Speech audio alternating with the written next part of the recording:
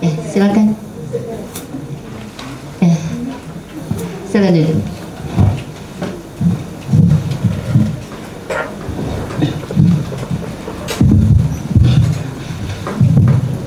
Baik dokter, kita akan mulai untuk sesi, namanya dokter ini sesi terakhir dari kelas Samara. Ya, baik. Para peserta sekalian, Dr. Rosaria Indah akan menyampaikan materi tentang strategi memilih jodoh berkualitas, ta'aruf atau pacaran. Sebagai informasi, dokter sebagian besar dari peserta sudah ada yang berkeluarga dan hanya ada beberapa yang belum. Mudah-mudahan setelah ini terdorong untuk segera berkeluarga, dokter. Oh bisa,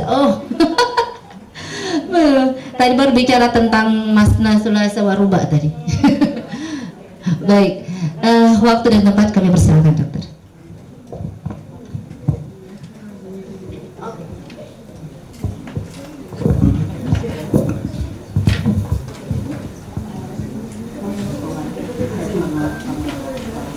Oh iya Bu Asma ya. Bismillahirrahmanirrahim. Assalamualaikum warahmatullahi wabarakatuh.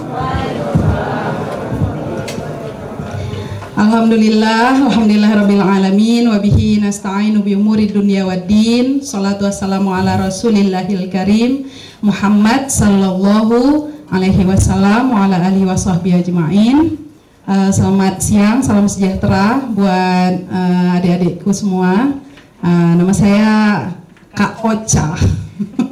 Ya, itu panggilan sehari-hari. Saya dosen di Fakultas Kedokteran sejak 2005 ya. Ada yang angkatan 2005 di sini? Atau di atasnya semua? Atau di bawahnya? 2010? Ke atas? Lebih muda lagi? Ada ya? Oke, berarti kalau yang lulusan Unsyah insya Allah ada familiarity ya. Tapi kalau yang lulusan yang lain mungkin di sini kita saling berkenalan ya satu sama lain. Sebentar ya, saya kirim.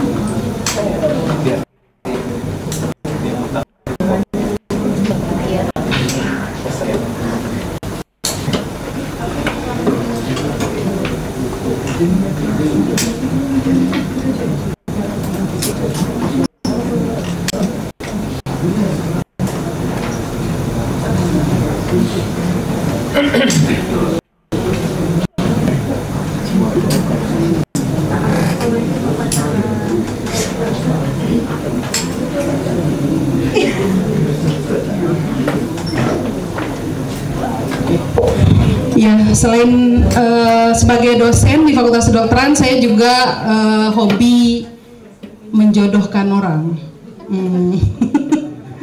Alhamdulillah,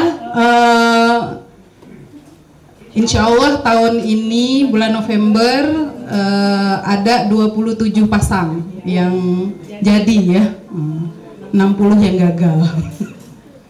Jadi memang itu bukan masalah apa ya, ya masalah takdir aja ya, mendekatkan diri dengan takdir, mempersiapkan diri dengan takdir.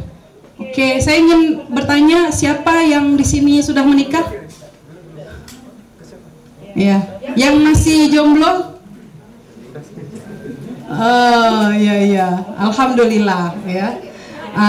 Jadi materi ini sebenarnya untuk kita, satu fungsinya adalah supaya kita memilih strategi gitu ya dalam memilih jodoh ke depan ya.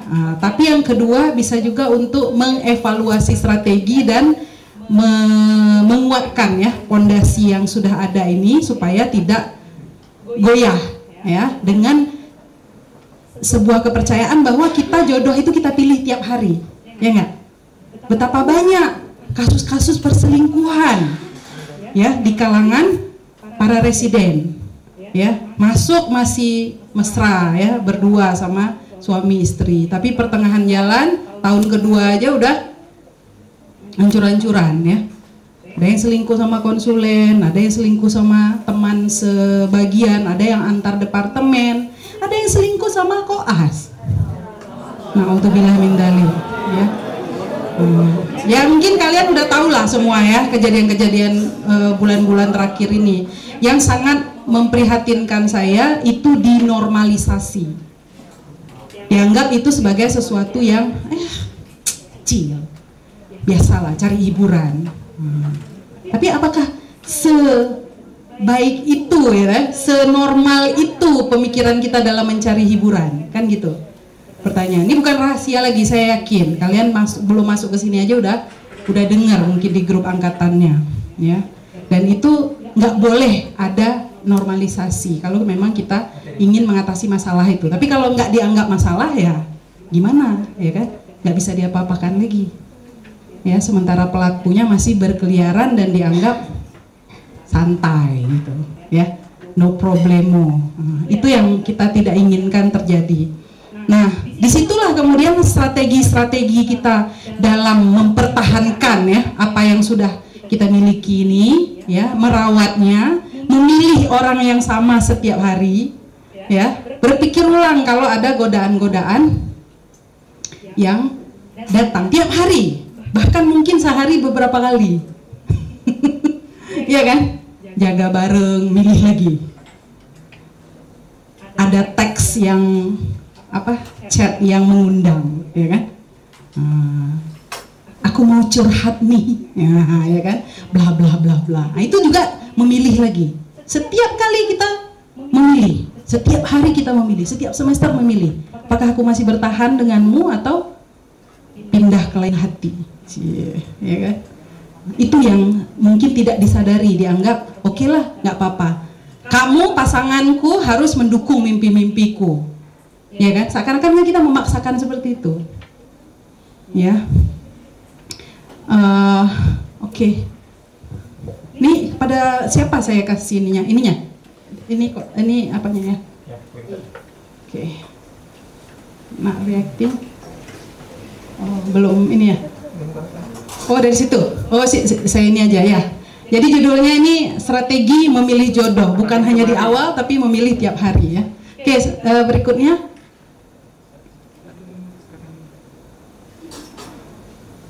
Nah, ini ada salah satu dari 27 cerita. Saya udah bikin buku, nanti kita akan berikan bukunya ya. Judulnya The Max Comblang. Ya, Mak Comblang maksudnya. Tapi biar keren aja dibuat gitu ya. Nah, ada seorang binaan saya ya. Dia itu sudah lama saya kenal dan sudah master gitu ya, dan umurnya sudah agak ini lama gitu. Nah, menanti jodoh tuh nggak datang-datang, tapi begitu dia pulang dari S2-nya, kemudian saya bilang siap nggak gitu ya untuk berumah tangga. Siap banget kak gitu kan. Nah, udah dia bikin lah biodatanya gitu kan. Pas dia kasih biodatanya tuh gimana ya, jilbab warna hitam kan, muka pucet kayak baru jaga kan, dengan nggak bergairah sama sekali lah fotonya tuh kan. Itu pun ya pokoknya gimana lah gitu ya. Saya coba aja ya, saya coba sekali ada seorang yang lagi cari jodoh kurang berhasil ya, habis itu cari lagi, ada lagi, habis itu saya kasih ada sama seorang teman saya gitu ya, nggak dapet lagi. Pokoknya udah berkali-kali sampai sekitar 10 atau 11 kali gitu ya. Jadi pada akhirnya saya bilang nih harus diganti strateginya ya kan. Strateginya ya pakailah, namanya laki-laki kan visual tuh penting ya. Oke, ganti jilbab biru muda. Saya ajak waktu itu ke tukang foto. Habis itu saya bilang sama tukang fotonya, "Bang, ini gimana bang, ini permak habis-habisan gitu kan, biar adik saya nih dapat jodohnya gitu. Oh ini jilbabnya kurang pas, saya bawa jilbab ke apa namanya, enggak, jilbab saya sendiri yang sudah banyak berhasil. Magic jilbab gitu. Warna biru muda, baby blue ya. Habis itu saya kasih bros, kupu-kupu ya kan. Saya style ini sendiri. Alhamdulillah bajunya hitam, jadi kan masuk aja ya. Dan baju hitam kan enggak terlalu masalah gitu. Nah, saya udah cakep, saya suruh tukang fotonya, bang, foto dengan segala macam gaya. Ya, pokoknya gayanya tadinya kayak gaya pas foto terus. Sehingga habis selesai itu saya bilang sama abang fotonya, tolong edit yang cakep, ya, diedit lah sama dia. Pokoknya sampai keringetan dia edit. Alhamdulillah, udah bagus. Nah, terus kita permak ininya, biodatanya supaya apa yang menonjol aja ya. Hobi bikin tesis saya hapus, hobi bikin paper saya hapus, laporan jaga, pokoknya semua nggak ada. Habis itu saya buatlah yang menarik seperti memasak ya kan, apa namanya, pokoknya yang perempuan lah gitu kan. Ternyata iya emang setelah itu ada yang berhasil. Nah tinggal habis itu kita tapi waktu komunikasi ta'aruf pertama, terus orangnya tuh kayak marah-marah gitu ngomongnya, cewek tapi marah-marah ngomongnya ya, karena mungkin terbiasa ya, tangguh gitu kan, cewek tangguh. Bisa kita bilang, oh nggak bisa begini-begini ya udah, tapi ini nggak apa-apa, direlakan aja, bukan jodohmu kan. Nah habis itu kita coba lagi sampai pokoknya 13. Yang ke-13 itu bukan nomor sial, ternyata itu nomor berhasil. Jadi nggak bener tuh 13 nomor sial ya. Tapi dalam proses itu saya belajar banyak bahwa cowok juga susah ya. Ada yang minta kriterianya tuh, saya suruh misalnya, dek tolonglah tulis kriteria. Dia tulis banyak banget ya, putih, tinggi, langsing, dokter, hafal 30 juz. Terus apa lagi gitu ya, keluarganya baik-baik, asal dari Aceh Besar atau Banda Aceh gitu kan. Capek kali pokoknya, nggak boleh lebih dari Sarawak katanya, dan nggak boleh dari Gerute. Susah banget, sementara dia itu ya maaf aja ya, hitam, pendek, gendut, keriting, hidup lagi. Itu benar-benar membuat saya sakit kepala gitu kan.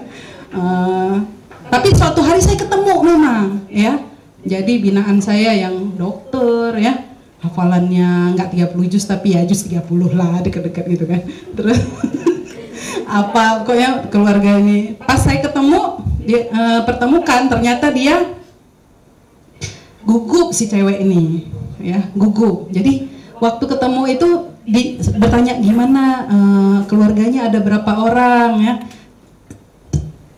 3. Ya, sekarang kesibukannya apa gitu kan, jaga di klinik gitu kan. Akhirnya entah gimana pokoknya si cowok itu akhirnya bilangnya nggak jadi. Saya tanya kenapa, kan udah sesuai dengan pilihan adik, putih, tinggi, langsing, banyak hafalan Qur'annya kan, keluarga baik-baik, orang Aceh Besar, Banda Aceh, apalagi yang kurang, saya bilang kan. Kok gagap ya bu ya. Akhirnya saya marahin dia segala macam. Saya bilang ini bukan pilihan, itu kayak kemarin Ustadz udah ngasih ya, orang dipilih karena agamanya, bukan karena kecantikan bla bla bla gitu kan. Antum mau putih tinggi langsing, pilih toge, saya bilang. Putih tinggi langsing. Jangan antum paksakan harus seperti ini. Coba lihat gimana ya, kita bercermin aja lah, saya bilang kan. udah kesel banget ya kan. Sekarang tolong dek tulis yang kriteria yang baru ya, jangan yang seperti ini, saya bilang. Akhirnya dia pilih dia tulis lagi kriteria yang baru. Pas saya lihat ternyata masih sama, cuman ujungnya tidak gagap. Aduh, saya bilang nggak tahu lagi, saya udah nggak bisa lagi. Itu by chance saja yang kemarin kebetulan banget dapet gitu ya. Nah, tapi kalau yang ini saya nggak bisa lagi ya. Akhirnya udah itu lost case bagi saya ya. Itu nggak tertolong lagi ya. Ternyata kemudian suatu hari dia ketemu memang ya yang seperti kriteria dia. Tapi istrinya itu jadi pasien saya karena sering kesurupan.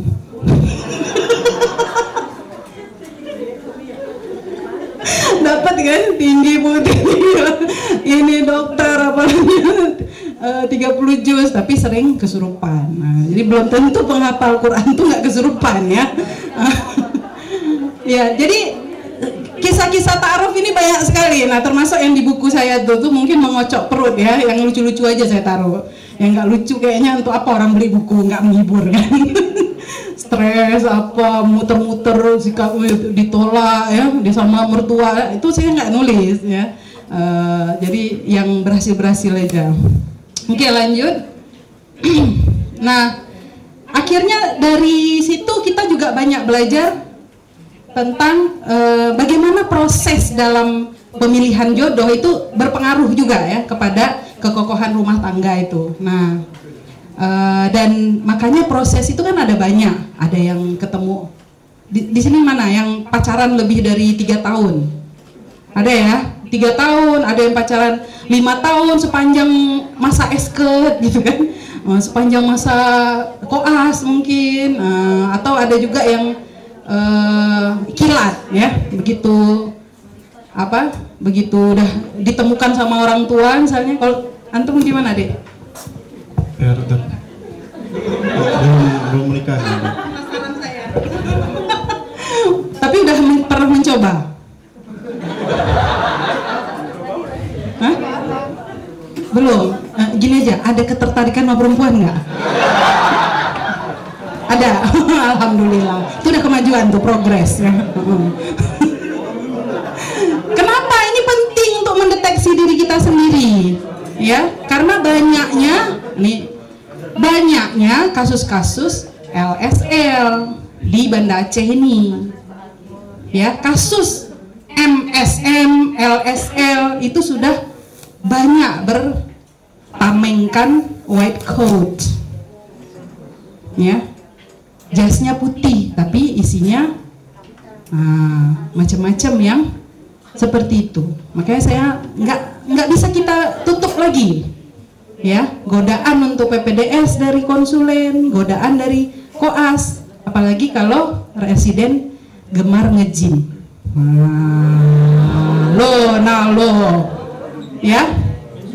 Ya Dok ya, buka rahasia lagi ya, pergi ke King ya kan, nge-gym, ayo ya.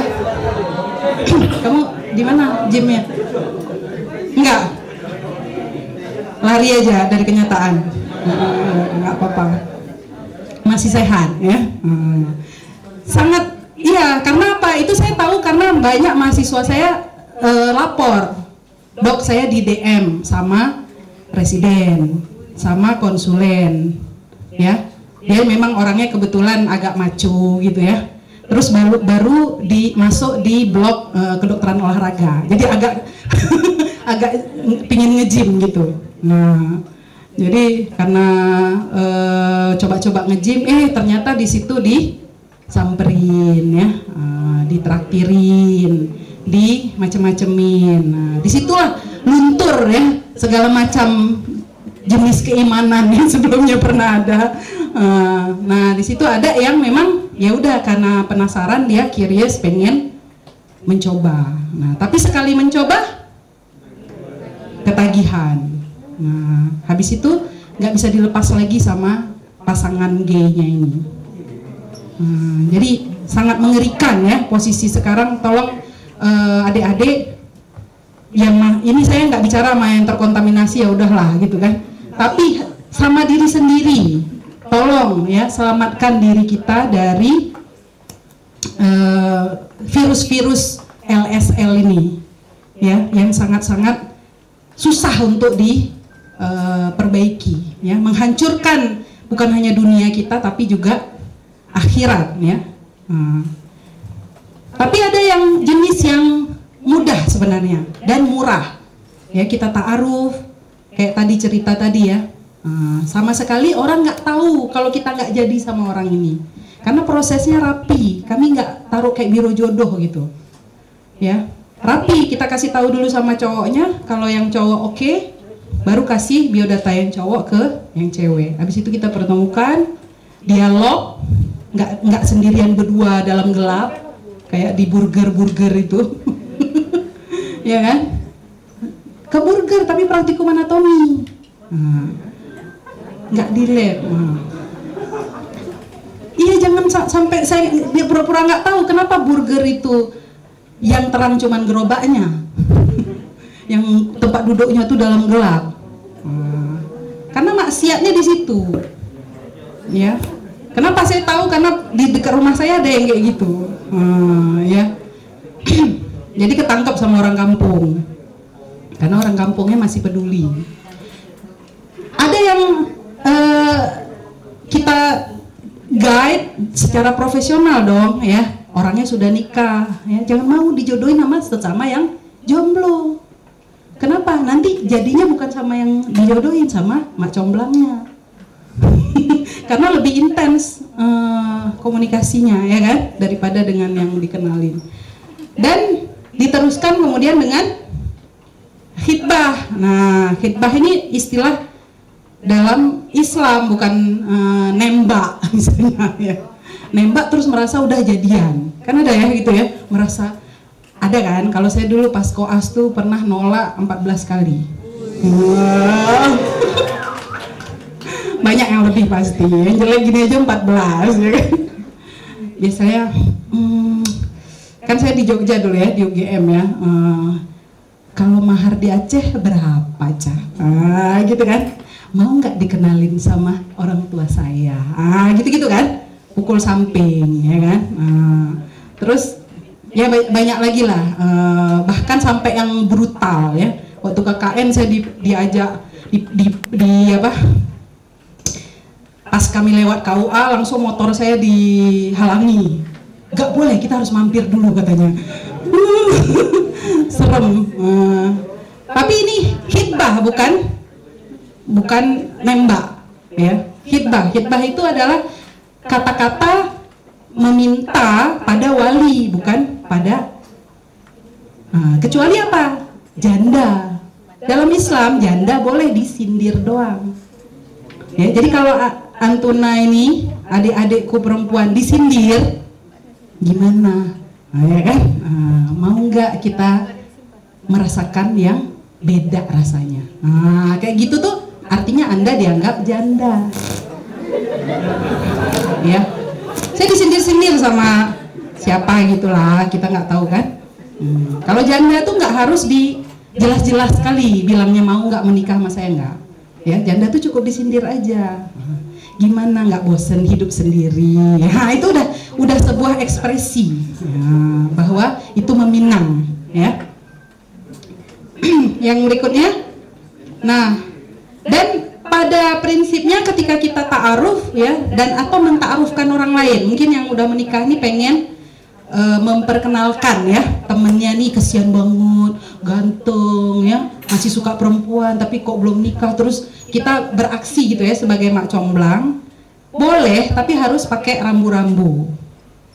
Ya jangan sampai kita malah merusak ya kehidupan, keimanan yang teman kita ini ataupun yang lain-lainnya ya, orang-orang termasuk keluarganya. Dan nggak boleh dengan dibiarkan, udah dia aku tinggal ya, nih pergi gitu ya. Mereka akhirnya berdua-duaan, termasuk berdua-duaan di kamar jaga ya, berduaan ketika apalah prosedur ya, tindakan sehingga orangnya, pasien nggak sadar terus kita sadarkan. Maksudnya kita yang berzina tapi kayak di bioskop, ngerti nggak? Orangnya rame tapi gelap, ya itu namanya khalwat, berduaan ya. Dan yang ketiganya pasti syaitan. Sering gitu kan, yang sok jadi mak comblang tapi ya mendorong, menjebloskan kawannya ke arah zina ya. Lanjutnya, Nah, dalam ta'aruf ini kita juga dalam periode perkenalan yang disebut ta'aruf, aruf kan arafa ya, mengenal. Maka kita juga harus lihat apa yang akan kita kenalkan gitu kan. Maka yang pertama kali itu si pria dulu ya harus oke ya sama apa yang perempuan ini cocok nggak untuk dia. Kenapa? Kalau dia nolak duluan, si cewek kan nggak tahu ditolak, ya nggak? Kalau kita udah tahu duluan ditolak, itu kan frakturnya itu hancur, ya kan?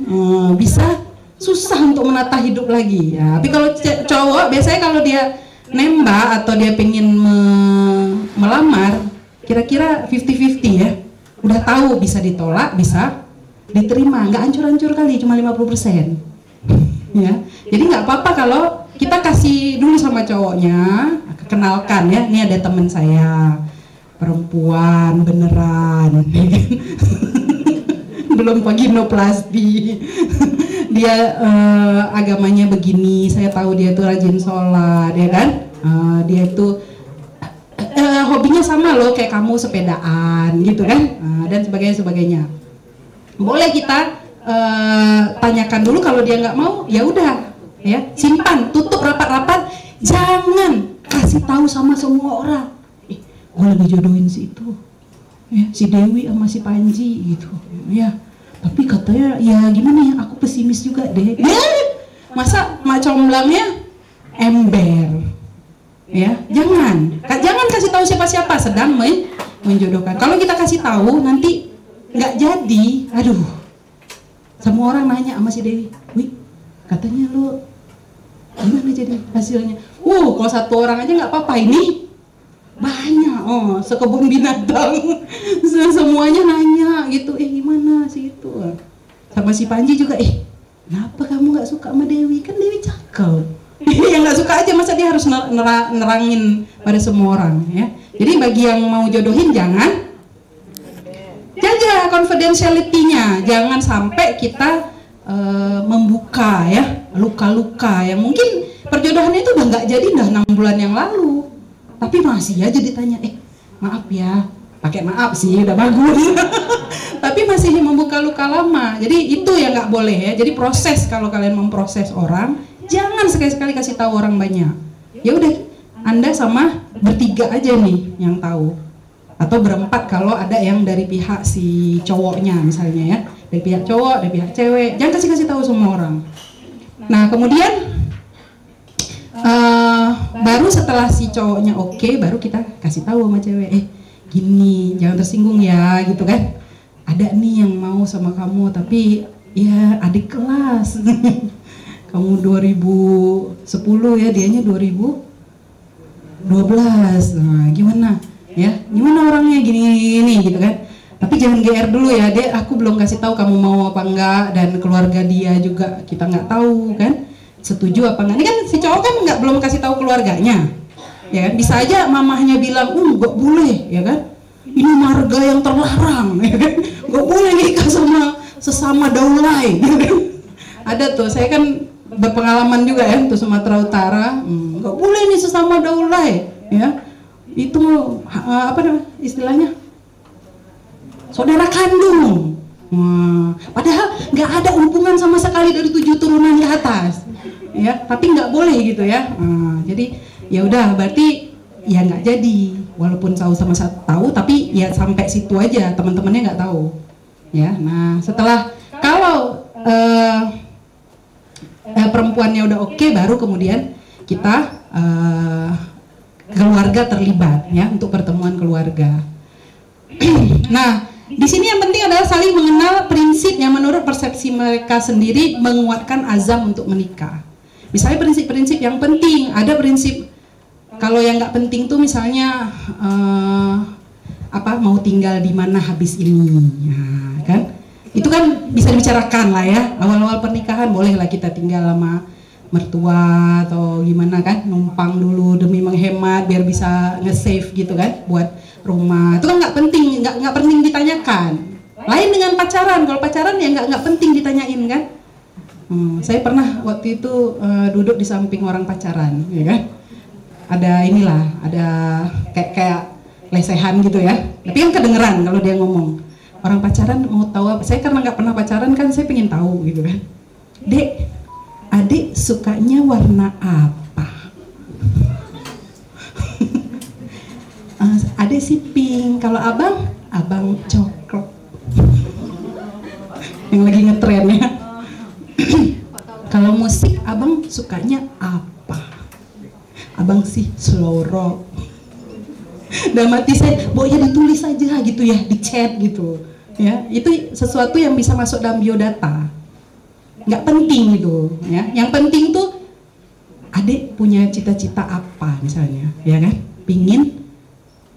Saya pinginnya jadi dokter spesialis anak misalnya kan. Itu kan perlu dukungan suami.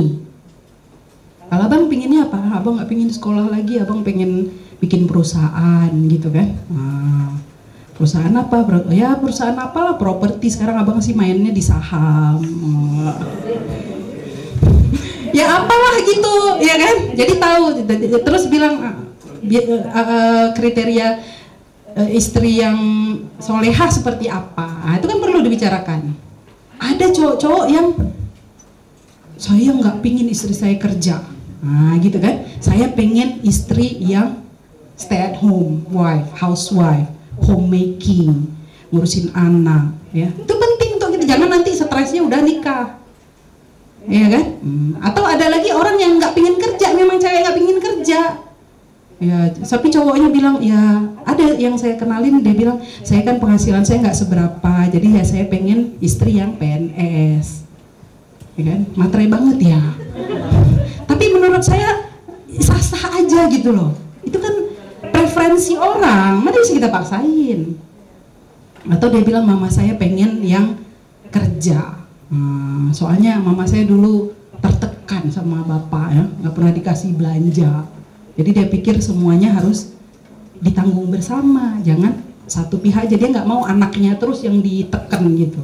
Ya udah, kamu pengen bedak yang 14 juta satu cushion, ya udah nggak apa-apa, tapi cari sendiri gitu ya. Jangan ini kita cuma bisa beliin Wardah. Gitu kan. Nah, jadi prinsip-prinsip yang penting, misalnya masalah kerja nggak kerja ya, masalah stay at home, masalah anak nanti gimana, itu penting. Pingin sekolah lagi, pingin tinggal di mana. Ada kan kayak saya ini anak tunggal. Ya. Saya bilang sama suami saya, memang saya anak tunggal, jadi harus tinggal sama orang tua saya. Ya, karena yang siapa lagi kan anaknya, nggak bisa dengan masa ke panti jompo gitu ya, atau suruh saudara saya tinggal sama mama, kan nggak bisa. Jadi bagaimanapun harus tinggal sama saya, dan ya ikut aturan di rumah orang tua saya gimana ya. Mau nggak? Saya juga pengen S2 S3. Saya bilangin loh beneran, waktu ta'aruf saya bilangin terus, padahal saya nggak kenal dia. Ya, didodor gitu, saya pengen tahu juga dia tahan apa enggak gitu kan. Itu yang nomor 15. Lanjut. Nah, keuntungannya gimana? Nah, kalau pacaran nggak objektif ya kan, biasanya nggak sisiran keluarnya ya kan, jadi sisiran. Biasanya bau asam 40 macem ya kan, minyak sinyong-nyong, nyepret, macem-macem ya kan. Terjaga kerahasiaan kayak tadi. Kalau pakai ta'aruf sama orang yang profesional ya, dia tahu menjaga rahasia, nggak akan menyebar kemana-mana. sih ini nggak jadi sama si itu, itu kan mantan itu tuh dulu gitu kan. Kan rusak, mati plat kita kan kalau udah tahu macem-macem. Bantuan juga ruhiyah dan advokasi ya. Kalau seringkali tuh kalau udah mau nikah itu gangguan setan tuh banyak banget ya. Bilang yang pernah nikah tahu kan rasanya ya, langsung dibilang sama yang ini nyesel loh ya kan. Lihat tuh orang tuanya ya, mamanya lagi macam-macam tuh gangguannya. Ntar kamu kawin sama orang kaya jadi babu pasti, gak level.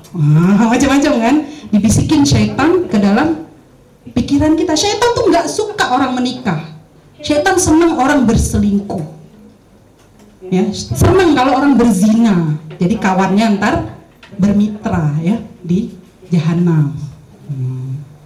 Jadi pasti dia senang tuh kalau orang tuh pacaran terus, berzina terus, ya, selingkuh terus, dia seneng. Kalau menikah pasti diganggu terus dengan kebimbangan. Jadi saya udah tahu nih, nggak ada orang mau nikah tuh gimana rasanya udah mau nikah. Mantep bro, nggak masalah, no problemo, udah nggak tahan lagi. Nah, biasanya, aduh bener nggak ya, gitu ya. Bener nggak nih, saya sih. Nah, pasti ada keraguan-keraguan yang mengganggu. Nah, disitulah bantuan ruhiyah. Ya, saya nih temen adik kelas saya mau nikah ini, saya jodohin. Ada aja ya gangguan, Kak katanya ada temennya nih bilang begini-begini dia tuh sebenarnya. Nanti saya takut KDRT gitu kan. Saya bilang, dari mana dulu informasinya gini-gini gitu kan. Oh enggak, maksudnya waktu itu suaranya memang keras. Maklum lah orang pesisir ya kan. Harus teriak-teriak gitu kan. Ini orang Indrapuri emang biasa kan, lontuan gitu. Ya halus gitu. Kalau ini ya agak nyablak ya biasa lah ya kan. Harus tahu, tapi saya nggak sanggup dengar suara keras. Macam-macam kan, godaan setan. Kemudian yang penting fasilitas finansial. Ini termasuk nih. Ini mak comblang. Biasanya kita akan, ini kalau bahasa Acehnya selangke ya. Selangke itu kedudukan terhormat sekali kalau di Aceh ya. Dia mendukung segala macam hal untuk terjadinya pernikahan itu dengan baik. Baik memperkenalkan, mencari dulu, memperkenalkan kedua keluarga. Apalagi kalau lain suku, itu lebih parah. Saya pernah ada dokter yang dia tuh orang Padang, ceweknya, yang dokter yang satunya lagi orang sini, ya. Orang sini kan nggak biasa dimintain isi kamar, ya. Tapi orang Padang ini dia tinggalnya di Medan. Di Medan orang minta isi kamar. Cincin cukup 5 gram, tapi isi kamar habis 30 juta, ya kan? Nah, akhirnya sama aja kalau kita minta di sini 16 mayang gitu ya sama gitu kan. Nah, jadi akhirnya apa? Memang harus kita jembatani. Malah mintanya 100 juta. Karena dia bilang harusnya 100 juta semuanya. Dan 5 gram cincin emas. Sedangkan orang sini nggak bisa dong, apa nih gitu kan. Itu sih pemberian isi kamar terserah ya kan. Mau bed yang 5 juta, 10 juta ya kan. Ya nantilah beli sama-sama. Itu bikin kacau. Sempat putus akibatnya harus riset ya. Habis itu kita bukan riset di setting ulang maksudnya. Habis akhirnya ada drama di UGD sini ya. Bapaknya si cowok ini pingin mendekati si perempuan ini lagi, dia udah terlanjur suka gitu kan. Gimana caranya biar mau nikah sama anak saya yang laki ini udah terbenung-benung ya kayak ayam taun. Jadi dia bilang nyeri dada gitu ya, chest pain. Udah sampai di UGD, terus dia tahu nih lagi di kardio kan. Calon menantunya, datang di sub sampai ini permintaan terakhir ayah. Pokoknya gitu-gitulah. Saya hampir, maksudnya merancangnya itu ketawa juga ya. Bapaknya ini kok yakin banget bisa jadi aktor gitu. Ya, tapi berhasil ya. Cewek ini luluh juga, dia bilang sama papanya, "Pak ini bapaknya Bang ini udah serangan jantung, Pak." Gitu kan. "Pak turunin aja Pak 25 juta aja." Bener diturunin 25 juta ya. Akhirnya jadilah ya menikahnya gitu kan. Jadi fasilitas bukan hanya itu, bahkan ada yang kayak kejadian apa tuh tadi yang foto sampai 13 kali itu, sampai beberapa hari sebelum meminang tuh dia masih bilang, "Kak Ocha, saya nggak punya duit sedikit pun," gitu ya. 1 juta ada, tapi lebih nggak ada. Saya ini baru bangun bisnis saya, ya udah. Saya bilang, "Oke, pilihannya gini, antum cari pinjaman tempat lain atau pinjam sama saya.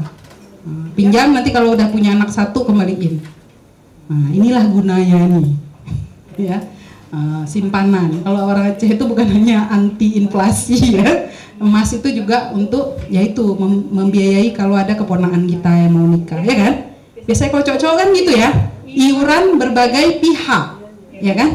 Kita pesta itu, makanya waktu habis nikah saya tahu tuh kejadian seperti itu pas nikah saya. Jadi saya siapin hadiah untuk seluruh kakak abangnya, mertua ya, kalau masih ada mertua. Waktu itu saya berdoa sama Allah, minta yang yatim piatu, bener dapet. Nggak takut saya dengan pressure dari mertua, karena saya udah pingin suami saya tinggal sama saya kan, jangan dia minta sama orang lain. Akhirnya saya berdoa, bener ya, berdoanya di Mekah. Sampai segitunya. Nah, tapi ada efeknya, karena saya nggak ada mertua tapi banyak ipar saya ada 9 orang ya. Jadi saya siapin hadiah karena saya tahu itu pasti dibiayain banyak orang ya, baik penuh ya kan, seserahan ya, emasnya macam-macam. Ya udah saya siapin hadiah khusus ya, saya kasih sama abang ipar, kakak ipar, makasih bang sudah menerima saya dalam keluarga ini. Saya bilang gitu, satu-satu, kakak makasih. Habis itu kado saya bagiin semua sama kakak ipar, abang ipar suruh pilih. Abang, kakak silakan pilih, saya nggak ambil yang dia nggak pilih nanti. Ya kan? Ya wajar lah kita, karena berutang juga kan, berutang budi sama kakak-kakak dan abang ipar. Nah disitulah strategi kita juga layanan pasca nikah. Weh, kayak jualan HP ya, iPhone, habis itu kalau rusak garansi. Kenapa? 3 bulan habis nikah ada yang datang sama saya minta, Kak, gimana cara berhubungan intim? Rupanya belum berhasil juga. Ya udah layanan ya. Bertengkar sama mertua. Gimana cara mencuri hati mertua? Ya saya ajarin mencuri. Ya, curi hati. Ya. Ada yang bermasalah ya dengan, biasanya 1 tahun pertama itu kan konflik ya, biasanya kamar bersih ya. Ini sekarang ada yang lempar anduk ya kan.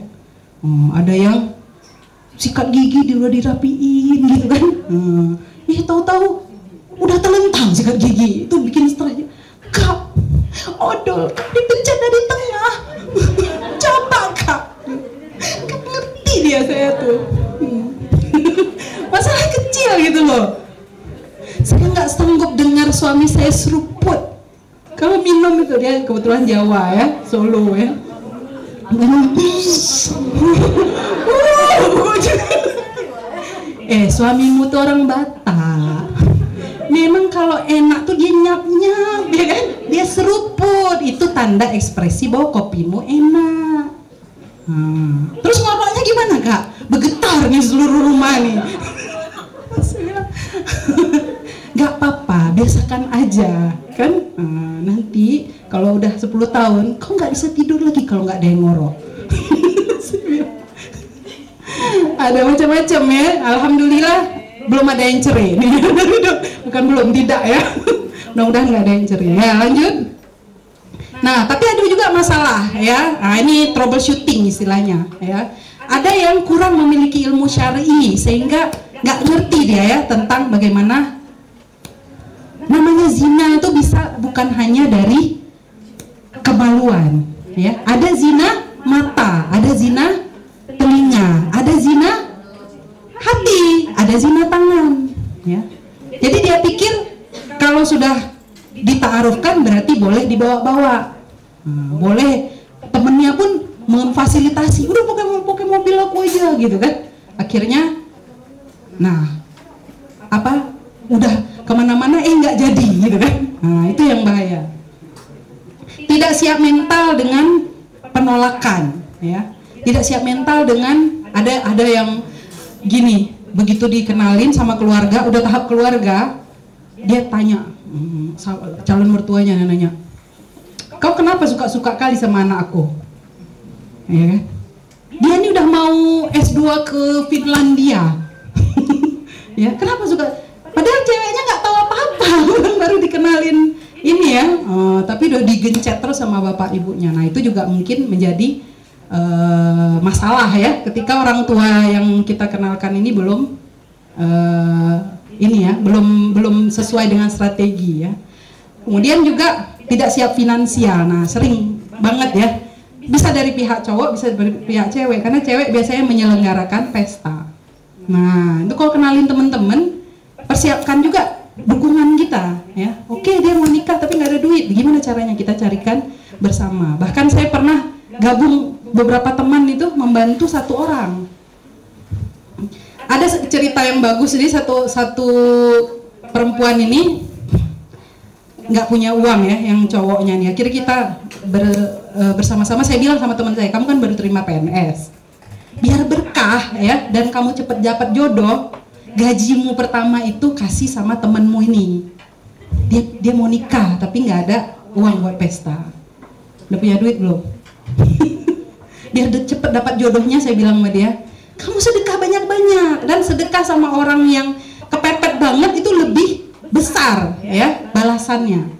Biasanya 10 kali, ini bisa sampai 700 kali kalau di surat Al-Baqarah ya, surah Al-An'am bisa 700 kali ya. Coba coba aja gitu ya, insya Allah pasti ada ininya. Ternyata betul, jadi begitu dia dapat gaji pertama PNS, dia kasih amplop tebal sama saya, Kak Ocha, saya mau bantu teman saya ini untuk menikah. Benar ya, si ini selesai, baru seminggu kira-kira nikah, ada yang telepon saya, Bu, ada nggak ya kenal ya dokter-dokter mungkin yang sudah siap nikah gitu kan. Ada banget, mau yang mana? Yang putih, yang hitam, yang tinggi, pendek, Aceh besar, Aceh Selatan, ada semua. Ya kan? Kayak Shopee. Terus akhirnya alhamdulillah jadi ya. Jadi itu sedekah mempermudah kita dalam melaksanakan ibadah-ibadah lainnya ya. Dan ada juga yang nggak memahami budaya setempat. Nah, masalah budaya kalau tadi ya saya bilang ya, kalau di Aceh Tengah, Aceh Selatan itu ada namanya uang angus ya. Uang angus bukan uang udah angus. Uang untuk pesta-pesta. Nah, seperti itu bisa lebih besar, jauh lebih besar daripada emasnya sendiri. Emasnya cuma 5 gram tapi uang pestanya 30, 40, tergantung berapa sapi, berapa kerbau ya. Kalau di Batak ada juga ya, nggak salah saya ada yang apa namanya, sinamot. Itu juga bisa pesta berapa kerbau gitu ya. Itu mengerikan, saya lihat tuh ada sampai 10 gitu ya. Satu kerbau itu udah 20 sekian juta ya, bisa 200-an juta gitu ya, karena mungkin dia anak penting banget ya, anak laki-laki pertama dari keluarga itu ya. Nah, lanjut.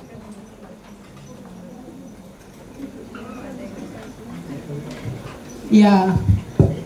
Nah, tahapannya gimana kalau kita mau berkenalan atau memfasilitasi ya teman-teman kita. Yang pertama tadi udah saya sebut taaruf individu, habis itu taaruf keluarga inti kalau udah setuju dua-duanya ya, baru kita masuk ke keluarga inti, nggak keluarga yang semua. Jadi biasanya kita mak comblangnya atau temennya ini membawa calonnya itu ke rumah si yang ingin, yang mempelai satunya.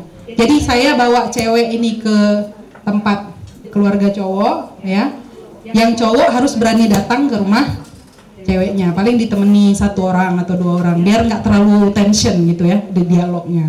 Situ dialog sama keluarga. Nah, kalau udah oke, baru sama keluarga besar, karena pernikahan kita ini selalu adalah pernikahan 2 keluarga yang besar. Jangan nanti banyak konflik karena nggak ikut dalam pembuatan keputusan ya. Jadi kenalkan dulu ya. Dulu suami saya tuh, calon suami saya ngasih foto berdua sama bintang film Fathahilah, Igo Ilham gitu ya. Igo Ilham tuh Arab, gede, tinggi, ganteng gitu kan. Suami saya kurus, ceking, keriting gitu ya. Kata tante saya, nyantah le, oh yang nyujud, yang nyobe. Yang ganteng ini boleh, yang ini jangan. Yang ini udah punya anak 4 tante. Yang ini halana.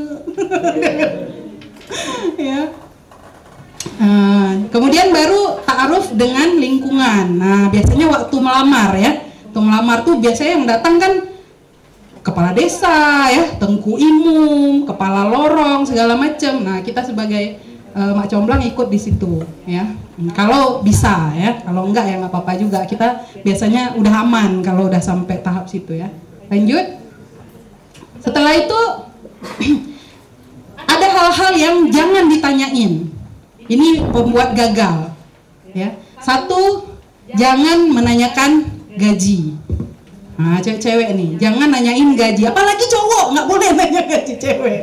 Ya, dikasih tahu. Jangan menunjukkan sikap angkuh dan sombong. Nah, itu juga. Jadi selama perkenalan itu nggak boleh. Ya saya nih ya maklumlah anak kepala dinas ya kan. Saya juga ya nggak biasa kalau tidur nggak ada AC. Ya kan, saya juga nih residen semester 1, jadi butuh banyak UKT dan juga untuk ya namanya residen ya Pak ya nggak ngerti dia yang dari keluarga sana kan, terlambat atau menganggap ini tidak penting.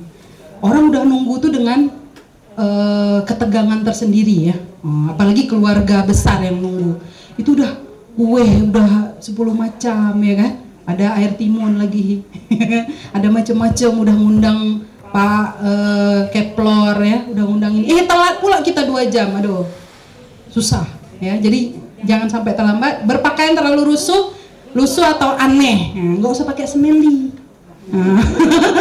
aneh ya, kita yang normal-normal aja ya.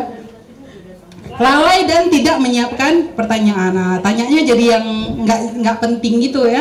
Warna kesukaan, makanan kesukaan. Itu kan bisa di dalam biodata aja ya, nggak perlu. Ya, lanjutnya. Nah, dan jangan lupa istikharah. Mintalah pada Allah Subhanahu wa taala apa betul ya. Ya, yang putih tinggi langsing ini adalah jodoh terbaik ya. Jangan ragunya setelah itu. Kalau ragu setelah meminang, biasanya itu datangnya dari syaitan. Kalau nggak jadi, pasti nanti dibuat Allah nggak jadi sendiri. Ya, tapi kalau sebelum meminang ada ragu-ragu, nah itu perlu dibicarakan.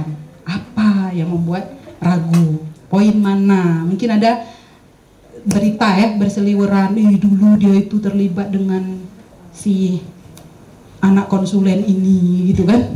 Terus bla bla bla, dan jangan ya, minta sama Allah untuk meneguhkan kita, walaupun nanti ujungnya nggak teguh-teguh amat ya, pasti ada sedikit ruang keraguan. Apakah betul ya Allah gitu kan? Apakah memang ini ya? Dan kita selalu gitu kan, selama pernikahan pun gitu. Apa saya salah pilih dulu gitu ya?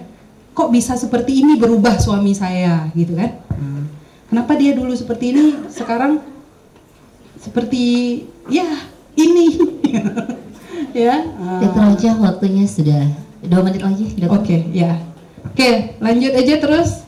Nah, nanti ini kita kita share ya. Dan pertimbangan agama sekali lagi. Kalau agamanya nggak bener gimana? Kok suami saya kok belum bisa ngaji sampai sekarang? Ya, belum mau pergi ke gereja dengan saya ya, tiap pagi, tiap Sunday morning, nggak mau. Kenapa? Pasti ada proses yang dialami, ya kan? Mari kita sama-sama memperbaiki. Ini masalah agama ini penting karena itu masalah keturunan dan hubungan baik kita dengan Tuhan. Karena kalau hati kita sama-sama dekat dengan Tuhan, maka Tuhan akan mendekatkan lagi dan membuat masalah-masalah kecil di antara kita itu menjadi mikroskopik. Tapi begitu hubungan dengan Tuhan nggak baik, masalah yang kecil membesar, masalah besar jadi tak terhingga. Makanya ketika itu penting sekali untuk memperbaiki ya. Gimana? Oh, suami saya belum bisa ngaji. Ya udah, kita yuk Bang ya, ngaji. Kita pergi ke Masjid Raya ya. Di hari Minggu ada pengajian. Yuk kita Bang ngaji, gimana caranya? Oh Bang, itu ada si ini bagus loh dia ngajinya. Kita les khusus lah, nggak lama kan Abang cerdas. Ya, bisa lah untuk belajar. Kan Iqra itu nggak lama ya, tajwid itu nggak lama. Oh dia belum mau jadi imam, motivasi terus ya, kasih imamnya berdua aja dulu ya, nanti sama anak-anak, nanti sama keluarga yang lebih besar, ya. Dan seterusnya. Ya, saya kira kembali kepada ini, kalau memang menikahnya di masjid, menikahnya secara Islam, ya, maka jalani secara Islam juga. Jangan cara Islam nanti kalau udah mau cerai aja, ya, cuma nikah sama cerainya aja. Sepanjang perjalanan enggak. Kalau nikah Kristen kan gitu juga, ya, dari awal Kristen yang baik, perjalanannya juga Kristen yang baik. Jangan waktu mau cerai baru ribut. Mau cara Kristen, minta istrinya dinasihati secara Islam, tapi selama pernikahan Islamnya tidak diperbaiki. Itu yang sedih sekali bagi saya. Ya, sering saya dimintai mengurai masalah rumah tangga orang lain yang dia itu selama perjalanannya nggak ada Islamnya gitu. Gimana saya mau mengembalikan, Ustazah tolonglah istri saya dinasihatin, lah istrinya juga nggak pernah ngaji, ya, kasihlah kesempatan istrinya ngaji. Walaupun residen kan bisa beliin gokar, ya kan? Kasih, Dek, ada pengajian sama Dokter Ocha, ya, pergilah sana. Kayak Dokter Nurholis nih, dianterin istrinya ngaji, difasilitasi, jangan gak usah deh, aku jaga, kan siapa yang nganterin nanti, ya, kan ada Grab, kasih pergi dia. Istri juga gitu, jangan gelendotan subuh-subuh, suami mau sholat ke masjid biar dia dengar pencerahan dikit waktu ada orang ceramah kultum gitu kan. Datang kita nggak usah aja, hujan bang, begini bang, begitu bang.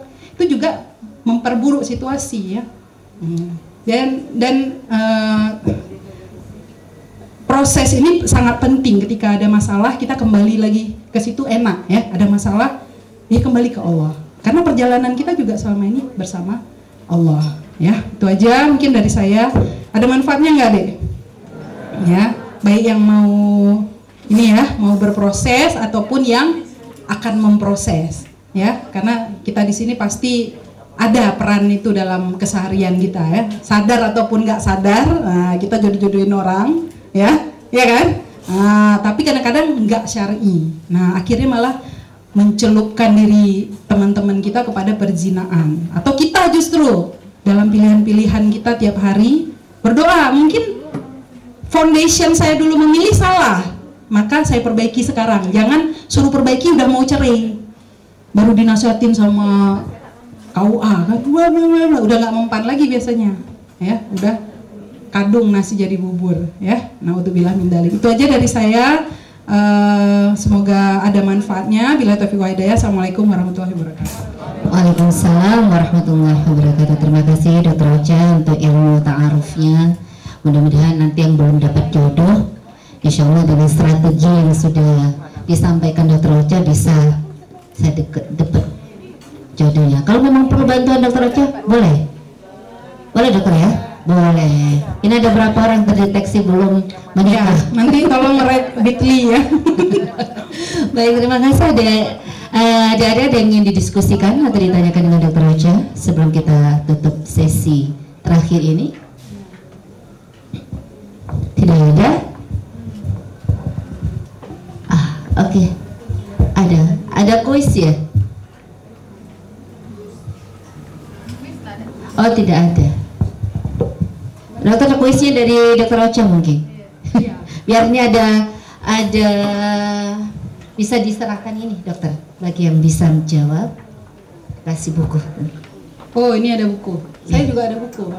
Oke. Ini ada buku saya, satunya judulnya Demak Comblang, ya. Oke, yang satu lagi judulnya ini Studi di Tiga Benua. Mungkin ada adik-adik yang ingin menginspirasi, ya, teman-teman lainnya belajar. Oke, siap? Oke, yang siap yang depan, ya, yang udah nulis, ya. Oke, tadi kita bilang salah satu prinsip dari berkenalan, ta'aruf itu adalah jangan berzina. Di surah apakah dan ayat apakah perintah Allah itu? Kelihatan slide-nya tadi kan? Ada lah. Ada yang bisa? Sedemikian jauhkah kita dengan Al-Quran? Tahu sih ada jangan berzina. Di mana? Surahnya aja coba. Surah apa? Nggak ada yang nyatet. Ya, ayat? Nggak apa, udah bener. Al-Isra ya, 32. Oke, dek siapa namanya? Ya, Demak Comblang. Nah, nanti bisa nyomblangin orang nih ya. Ya, oke. Ya, pertanyaan kedua. Apa hal-hal, bisa sebutkan ya, 2 hal yang tidak boleh ditanyakan bersaat ta'aruf? Ini gini dong, tanya-tanya dulu. Apa? Nggak ada yang berani? 2 aja. Wih, masa udah lulus ini residensi takut? Hah? Enggak, apa? Ya betul. Jangan nanyain gaji dan jangan bersikap sombong ya pada saat alhamdulillah. Ya selamat ya. Ya terus kok ini udah dijawab ya. Kemudian kita ingin bertanya apa kelebihan kalau kita bertaaruf daripada pacaran? Gimana? Ayo raise your hand. Apa? Mana? Mau jawab? Ada yang tadi ingat sekilas ada gitu. Ini ada yang ini ketiak gatel apa? Enggak. Apa tadi? Izin dokter, untuk menjauhi hal-hal yang negatif, menghindari zina, untuk samara dokter. Iya, menciptakan keluarga samara. Ya, tadi kelebihan ta'aruf tuh tidak berzina. Apa satu lagi? Iya, menghindari hal-hal yang negatif. Ya, itu zina. Oke, satu lagi.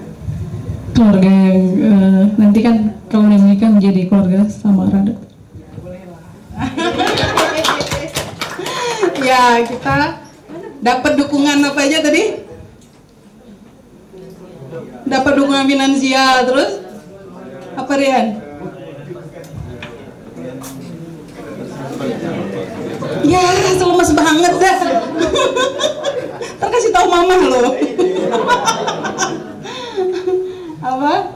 Nah, terima kasih sudah berani dan menangkap ya. Bisa keluar saya. Masih ada? Satu lagi ada buku dari saya ya. Siapa? Tadi apa ya? Bagaimana kita?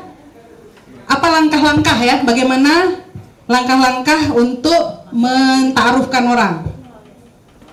Ya, ada paling nggak 3 langkah lah. Tadi kan ada 5. Ada? Urutannya apa aja, sekuensnya? Udah ingat? Yang pertama apa? Hah? Apa? Pertama mengirimkan biodata dokter. Kemudian sama si laki-lakinya. Kemudian setelah kita dapat biodatanya, kemudian kita tanyakan kepada laki-lakinya setuju atau tidak. Kemudian kita pertemukan. Ya, tanya sama perempuan dulu. Iya, tanya sama perempuan dulu. Kalau sama-sama setuju kita pertemukan.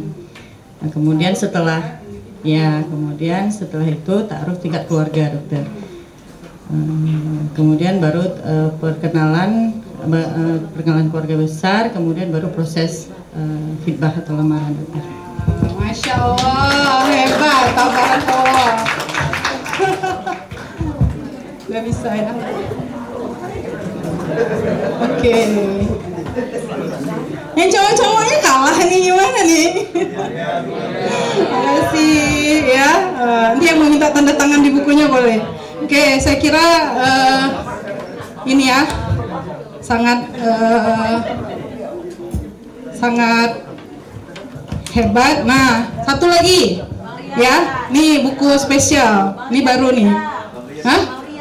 Siapa yang mau jawab? Yang mau jawab dulu siapa? Rian mau jawab? Rian. Coba aja tanya lu. Apa kriteria istri solehah?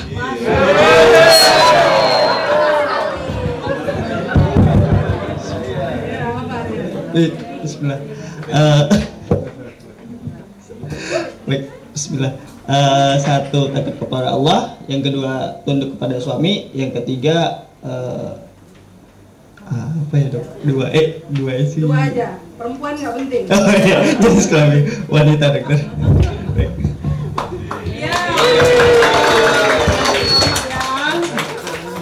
Ya, pentingnya komunikasi ya. Kalau taat pada suami, ketika taat pada Allah ya. Oke, terima kasih atas partisipasinya. Mudah-mudahan bisa menjadi amal kebaikan ya bagi saya dan adik-adik semua. Baik, terima kasih Dr. Ocha untuk materi dan juga tadi ada cendera mata. Semoga bisa dibaca ya. Akan banyak mak comblang Islami lainnya.